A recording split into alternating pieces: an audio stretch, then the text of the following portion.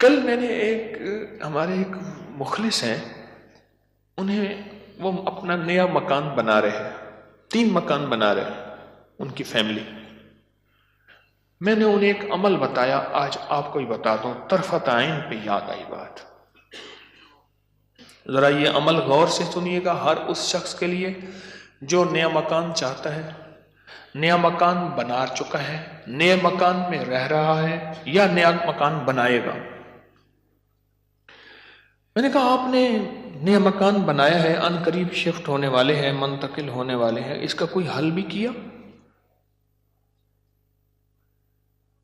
میں کہا سب سے پہلے اس نئے مکان میں 3 نقصانات ہیں، اور آپ نے ایک بات اکثر سنی ہوگی، ہمیں گھر راس نہیں آیا، مکان شفٹ کیا، یہ حادثہ، یہ واقعات، جانی نقصان، مالی نقصان، پریشانیاں، مشکلات، مسائل، ہمیں نہ لوگوں کی نظر کھا گئی، یا یہ فلاں فلاں، آپ نے سنا ہوگا. آج میں اس کا راز بتاتا ہوں، یہ ہمیشہ راز یاد رکھیے گا، اور میری یہ بات ضرور پھیلائیے گا، بتائیے گا، لوگوں کا نفع ہو جائے گا، بھلا ہو جائے گا. نیا مکان جب بھی بنتا ہے، اور جتنا خوبصورت ہوگا، جنات کو بڑا پسند آ جاتا ہے.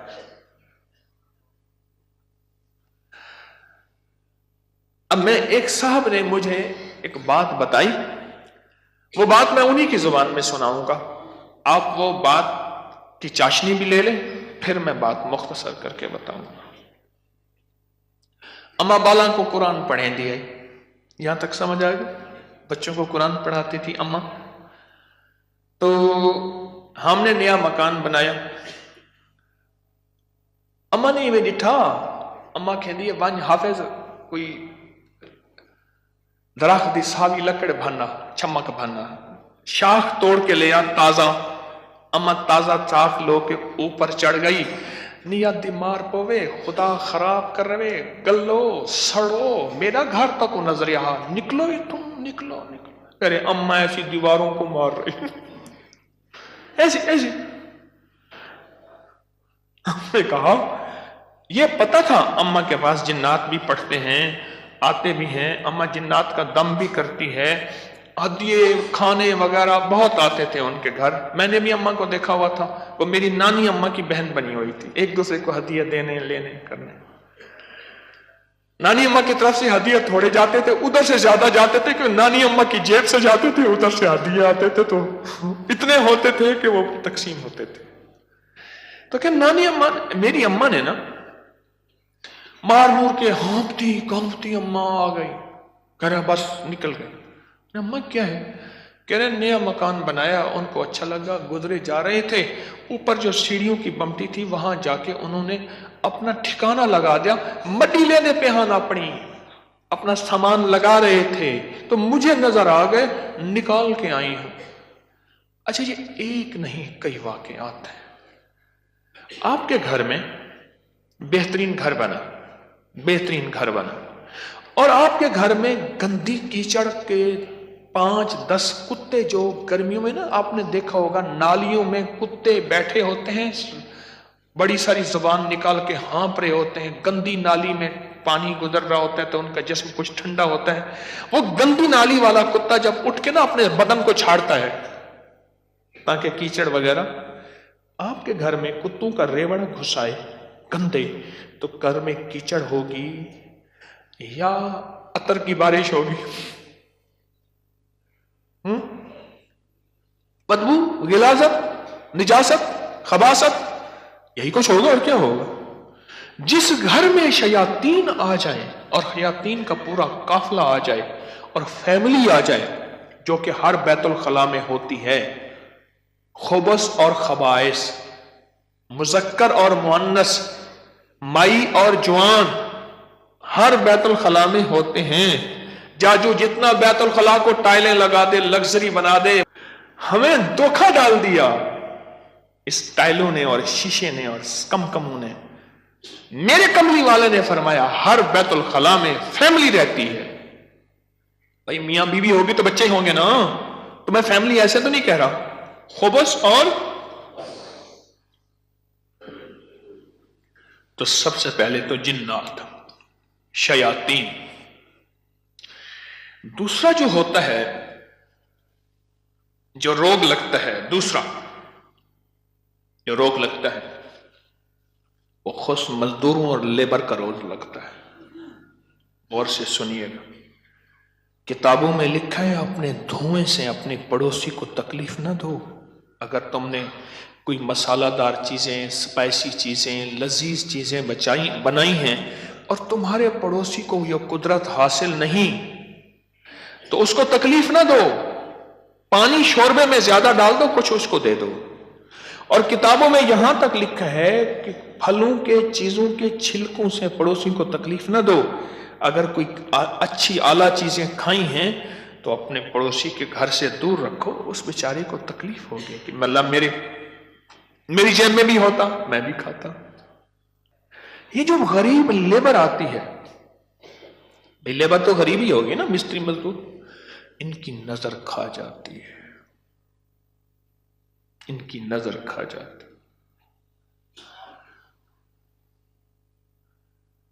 میں نے بکریاں رکھی، 8 بکریاں تو ذبح ہو گئی اور لیبر کھا گئی، 9ویں جو ہے آخر حرام ہو گئی. اور چھری کے نیچے بھی نہیں آئی. میں نے کہا نکالو یہاں سے بکریاں. 8 تو چھری کے نیچے آئی اور 9ویں جو ہے وہ خود حرام ہو گئی. اور تیسری اور آخری چیز، یہ میں آپ کو کہتا نا گھر راس نہیں آیا، یہ میرے پاس بہت واقعات آتے ہیں. اس کی نظر ہوتی ہے، لیبر کی ہوتی ہے. اور بعض بندے ایسے ہوتے ہیں، اب تو سائنس ایول آئی اور بیڈ آئی پہ جاؤ، میرا لفظ لکھو سوشل میڈیا پہ، نیٹ پہ، پتہ نہیں کہاں، فیس بک پہ، ایول آئی، بیڈ آئی. اب تو پوری دنیا کی سائنس نظر بد پہ پاگل ہو چکی ہے. پہلے کہتے تھے یہ ان کی قصے کہانیاں ہیں. ارے میرے کملی والے نے فرمایا اور سائنس اس کی ریسرچ کو کہے سچ نہیں ہے تو ہو کیسے سکتا ہے؟ ہو کیسے سکتا ہے؟ حضرت علی کرم اللہ وجہہ کے فرامین بہت زیادہ نظر بد پہ، حسنین کریمین کے فرمان بہت زیادہ، آل رسول اصحاب رسول کے فرمان بہت زیادہ، واقعات بہت زیادہ، تجربات بہت زیادہ. اور تیسری اور آخری چیز انہیں میں نے بتائی کہ بعض اوقات ہم اپنے رزق حلال سے کسی سے سامان لیتے ہیں اور اس کا رزق مشکوک ہوتا ہے، اس نے کاروبار مشکوک رزق سے کیا ہوا ہے، اس سے میٹیریل لے رہے. غور سے سمجھے گا، باریک نقطہ ہے. ہم نے اس سے جو میٹیریل دیا وہ رزق مشکوک ہے اس کا. اس کی دلیل میں دیتا ہوں آپ کو. میں ایک بات کہا کرتا ہوں، آپ نے شاید سنی ہوگی کہ اگر میں محسوس کرتا ہوں میرا رزق مشکوک ہے تو اس مشکوک رزق سے کبھی روزے نہ رکھنا. میں آپ کو اکثر عرض کرتا ہوں کسی ایسے بندے سے جس کا رزق طیب طاہر حلال ہے اس سے ادھار لے لے. ٹھیک ہے؟ اس سے ادھار لے کر جس کا رزق طیب طاہر اور حلال ہے اس سے روزے رکھ اور اپنے پیسوں میں سے وہ ادھار چکا دے. رزق کا اثر ہوتا ہے. ایک بزرگ کہتے ہیں میں نے دعوت کھائی 1 مہینے تک میرے جی میں آیا کہ میں کوئی گناہ بدکاری کروں. صرف ایک دعوت کھائی تھی. واقعات یہ 3 عوامل ہیں، 3 فیکٹرز ہیں بڑے جو گھر کے اندر کہتے ہیں کہ گھر راس نہیں آیا. اس کا حل کرنا ہے صدقات، خیرات، اعمال، تسبیحات اور ذکر کے ذریعے. اس کا حل کرنا ہے صدقات، خیرات، اعمال، ذکر اور تسبیحات. اس کا حل کرنا ہے. اب یہ سنتے جائیے، غور سے سنیے گا، توجہ سے. نئے گھر میں جب بھی داخل ہوں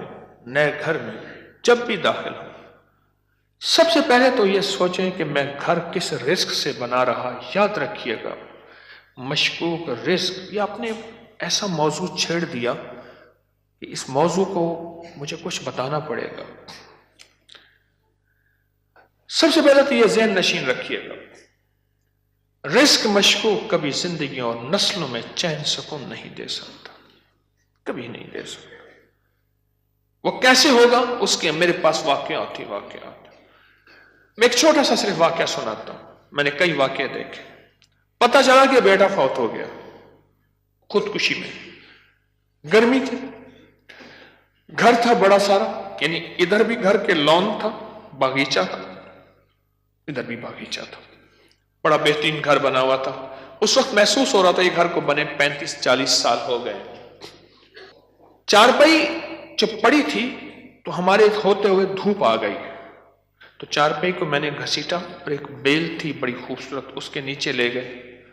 ایسی وہ بندہ رو رہا تھا، وہ اپنے علاقے کا مجسٹریٹ تھا، میں نے اس کی مجسٹریٹی دیکھی ہے۔ بٹھے والے کو حکم تھا کہ اتنی اینٹیں پہنچانی ہے ورنہ بٹھا کسی شکایت کی وجہ سے سیل ہو جائے گا۔ سیمنٹ والے کے ذمے تھے کہ اتنی سیمنٹ کی بوریاں پہنچانی ہے ورنہ تو 2 نمبر سیمنٹ بیچ رہا، تجھ پہ آبجیکشن لگ جائے گا۔ ریت والے، اینٹ والے، ہر میٹیریل والے کے ذمے تھا کہ تو نے پہنچانا ہے، بہترین مکان بنا، بہترین مکان بنا۔ اس گھر میں رہا اور کبھی سکھ کا سانس نہ لے سکا۔ بیوی مر گئی، بیٹا اڑ گیا کہ میں نے ماں کو گھر میں دفن کرنا ہے۔ جو گھر کی پچھلی طرف کا باغیچہ تھا وہاں ماں کی قبر تھی، اور خودکشی مر کے کہنے لگا مجھے ماں کے قدموں میں دفن کرنا ہے۔ 2 قبریں گھر میں بنی ہوئی تھیں، بیٹھا ہوا تھا، ریٹائر، مر گیا اور پھر اس کا کوئی وارث نہیں تھا۔ وہاں پتہ چلا اس شہر میں کہ ہمارے مرشد آئے ہیں، کچھ لوگوں کو بھاگ آئے۔ ایک بابا آیا ریٹائر، تو میں نے کہا بابا جی مرشد بس میرے گھر چلیں، دعا کر دیں، کھانا کھا لیں۔ میں نے کہا کس لیے؟ میری دعائیں ہوں گی؟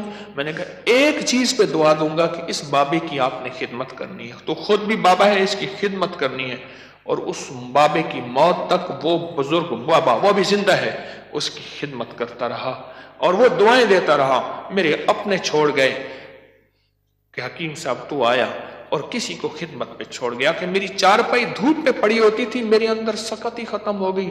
ایک بڑھاپے نے مارا، دوسرا غموں نے مارا۔ بڑا لمبا واقعہ ہے۔ سب سے پہلے رزق حلال نسلوں کے لیے راحت ہے، اور دوسری چیز ہمارے ایک جاننے والے ہیں، ان کی زندگی میں مسائل ہی مسائل ہیں، مشکلات ہیں، غم ہی غم ہیں۔ اس غم کو وجہ الیکٹریشین آیا، تھوڑا سا کام کیا، اس کا ہاں تجھے پیسے دوں گا، بجلی والے کا، پلمبری والے کا، مرمت والے کا، کوئی کام ہے، دھوبی کا، فلاں کا فلاں، اس نے کہا پیسے دوں گا، اور اگر اس نے پیسوں کا اصرار کیا تو اس کو دھمکایا، ڈرایا۔ چھوٹے چھوٹے لوگوں کے پیسے کھاتا گیا، نسلوں میں غربت، تنگ دستی نے گھیر لیا۔ اب مجھ سے اعمال پوچھتے ہیں، اور رزق وہ ہوا جو کالا ہوا، دھن کالا ہوا، اور جس میں غریبوں کی آہیں ہوئیں، تو میں کتنے اعمال کر کے اس گھر میں کیسے سکون پائے گا؟ مجھے بتا تو صحیح۔ اس کی مثال پتہ ہے کیا ہے؟ خنزیر کو بڑے خوش و خضوع سے لٹا کے کہتا ہے بسم اللہ اللہ اکبر، تو خنزیر حلال ہو جائے گا۔ کتے کو لٹا کے تو کہے بسم اللہ اللہ اکبر، چھری بھی تیز ہو، قبلہ رخ بھی ہو، باوضو بھی ہو، اور تکبیر بھی پوری پڑھ، تو کتا حلال ہو جائے گا؟ خنزیر حلال ہو جائے گا؟ نہیں ہوگا۔ کوئی بات نہیں، گھر چھوٹا ہے، کوئی حرج نہیں۔ ان چیزوں کے خیال کر کے اب عمل بتا رہا ہوں۔ گھر میں 81 دفعہ سورت یاسین، جب نئے گھر میں داخل ہوں 81 دفعہ سورت یاسین مل کے بیٹھ کے خود پڑھیں، کرائے کے بندے جمع نہ کریں۔ 81 دفعہ سورت یاسین، اول آخر 7 بار درود پاک، ہر دفعہ بسم اللہ الرحمن الرحیم مل کے پڑھ لیں۔ ایک دوسرا، ہر کونے میں 11 دفعہ آیت الکرسی مل کے پڑھ لے، کوئی اس کونے میں گھر کا بندہ پڑھ لے، کوئی اس کونے میں، گھر کے چاروں کونے میں 11 دفعہ آیت الکرسی، اور ایک دفعہ گھر کے درمیان میں 11 دفعہ آیت الکرسی 2، اور گھر کے چاروں کونوں میں 3 دفعہ اذان، 3 دفعہ اذان۔ یہ جو اذان ہم نماز کے لیے کہتے ہیں، پڑھتے ہیں، ایک ہے اذان پڑھنا، ایک ہے اذان دینا۔ اذان دینے کے لیے انگلیوں میں اونگلیاں ٹھوسنی پڑتی ہیں، قبلہ رخ بھی ہے، مسجد ہے، منبر ہے یا چبوترا ہے، نہیں، اذان پڑھنا وظیفے کی شکل میں ہے۔ تو 3 دفعہ اذان چاروں کونوں میں، کتنا ہو گیا یہ؟ 3 عمل ہو گئے، میں نے 5 عمل بتانے ہیں۔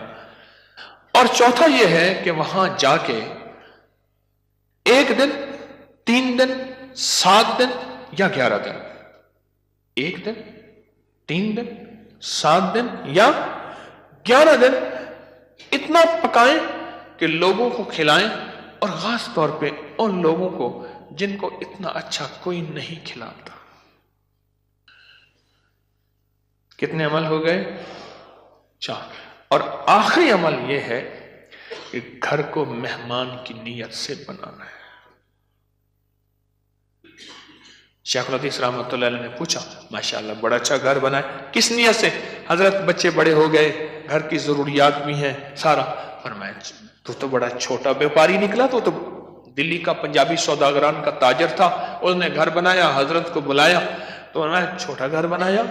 ارے تو یہ نیت کر لے کہ یہ میں گھر مہمانوں کی نیت سے بنا رہا، اور مہمان آئیں گے ان کو کھلاؤں گا، پلاؤں گا، ان کو بٹھاؤں گا، بس۔ اور پھر فرمایا دیکھو جیسے کوئی بندہ روشن دان رکھے، اور کیوں رکھا؟ روشنی کے لیے، ہوا کے لیے؟ ارے نہیں، اس نیت سے رکھ کے اذان کی آواز آئے گی، جب تک روشن دان رہے گا تیرے لیے ثواب نیکیاں لکھی رہیں گی۔ پھر اگلی بات جو فرمائی وہ بڑی باریک بات ہے، حساس بات ہے، وہ سن لینا۔ فرمایا بدترین پیسہ وہ ہے جو میٹیریل اور بلڈنگ میں خرچ ہو۔ جب تو مہمان کی نیت کر لے گا وہ تیرا پیسہ بہترین بن جائے گا۔ سمجھ گیا نقطہ باریک؟